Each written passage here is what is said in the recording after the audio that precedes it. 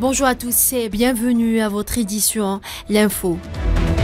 Le ministre algérien des Affaires étrangères Ahmed Attaf a affirmé que le président algérien Abdelmadjid Tebboune était fermement convaincu de la possibilité de faire prévaloir le processus politique et pacifique pour le règlement de la crise au Niger, soulignant qu'il s'agit d'une vision claire qu'il défend résolument.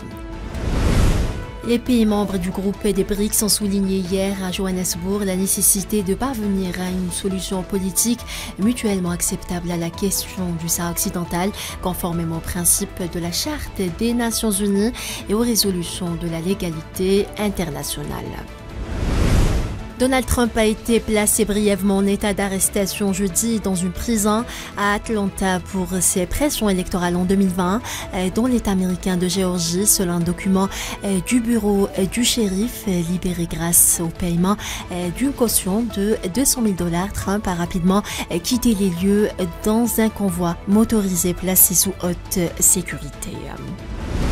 L'Ukraine a essayé de lancer une attaque contre le territoire russe à l'aide des drones, dont 9 ont été détruits au-dessus de la Crimée et 33 autres neutralisés par les armes de guerre électroniques. C'est ce qu'a fait savoir ce vendredi le ministère russe de la Défense. La compagnie aérienne française Air France a maintenu sa décision d'annuler les vols vers le Mali et le Burkina Faso jusqu'au 10 septembre inclus. Les vols vers le Niger ont également été annulés pour une durée indéterminée jusqu'à nouvel ordre. L'actuel ministre de la Protection sociale, Evika Silina, a été chargée jeudi par le président de la Lettonie de former un nouveau gouvernement après la démission surprise de Krišjānis Kariņš en août. L'incendie qui ravage depuis le 15 août l'île espagnole de Tenerife dans le très touristique archipel des Canaries est stabilisé, a annoncé jeudi soir le chef du gouvernement régional des Canaries lors d'une conférence de presse. Un homme a été tué jeudi lors d'une attaque attribuée à des membres présumés du groupe terroriste Boko Haram dans la région camerounaise de l'extrême nord selon des sources sécuritaires.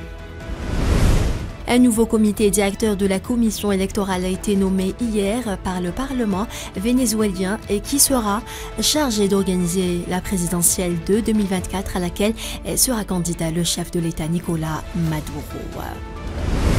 De hauts responsables de l'Union africaine, de la Somalie et des Nations Unies ont entamé des réunions consultatives pour délibérer sur la seconde phase du retrait des troupes de la mission de transition de l'Union africaine en Somalie en septembre, a déclaré cette dernière.